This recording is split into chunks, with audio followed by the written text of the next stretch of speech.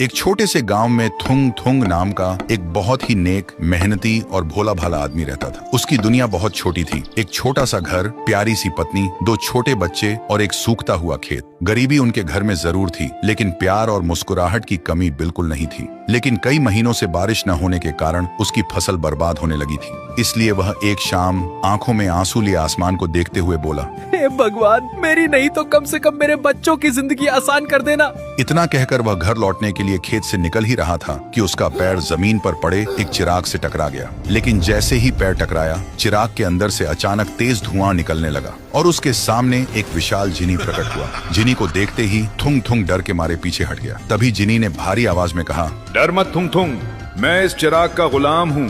तुम मुझसे 3 ख्वाहिशें मांग सकते हो। सुनते ही थुंग थुंग ने हैरानी से जिनी को देखा, फिर बोला, जिनी भाई, अगर तुम सच में मेरी मदद करना चाहते हो तो मेरे लिए कुछ मत करना। हमारे गांव के खेत सूख रहे हैं, अगर बारिश हो जाए तो पूरा गांव बच जाएगा। सुनते ही जिनी अपनी उंगली घुमाई और देखते ही देखते आसमान का रंग बदल गया। जोर जोर से बारिश होने लगी। सूखी जमीन पर पानी की बूंदें पड़ते ही पूरा गांव खुशी से झूम उठा। लेकिन सबसे ज्यादा खुश थुंग थुंग था। अगली सुबह थुंग थुंग खेत की तरफ जा रहा था। तभी जिनी ने अपना रूप छोटा करके थुंग थुंग के कंधे पर आ बैठा। जिनी को देखते ही थुंग थुंग ने प्यार से पूछा, कैसे हो जिनी भाई? सुनते ही जिनी हैरान हो गया, क्योंकि सदियों में पहली बार किसी मालिक ने उसका हाल पूछा था। तभी जिनी ने कहा, मैं ठीक हूँ, अब अपनी दूसरी ख्वाहिश मांगो। थुंग थुंग ने बिना ज्यादा सोचे कहा, जिनी भाई, मेरे गांव के हर बीमार को अच्छी सेहत दे दो ताकि सब हंस खेल कर जी सकें।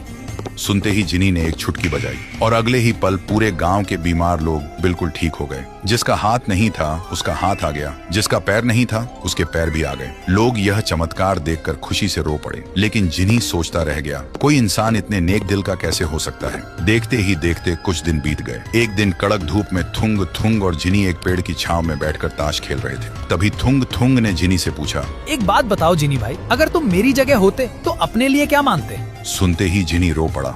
सदियों से सबने मुझे अपनी ख्वाहिशों के लिए इस्तेमाल किया। किसी ने कभी मुझे दोस्त नहीं समझा। इसलिए अगर मैं तुम्हारी जगह होता तो सिर्फ आजादी मांगता, ताकि खुले आसमान में अपनी मर्जी से सांस ले सकूं। जिनी की बात सुनकर थुंग थुंग का दिल भर आया और मुस्कुराते हुए बोला, तो फिर मेरी आखिरी ख्वाहिश ये है कि मेरा दोस्त हमेशा के लिए आजाद हो जाए। अगले ही पल चिराग टुकड़ों में टूट गया और जिनी एक आम आदमी में बदल गया। ये देखते ही जिनी ने रोते हुए थुंग थुंग को गले लगा लिया और बोला, थुंग थुंग, तुमने मुझे मेरी जिंदगी दे दी, तुम्हारा शुक्रिया। थुंग थुंग हंसकर बोला, जो चीज किसी अपने को खुशी दे उसे खुद के लिए रखने का क्या फायदा। और उस दिन के बाद जिनी उसी गांव में थुंग थुंग के साथ एक आम इंसान की तरह रहने लगा।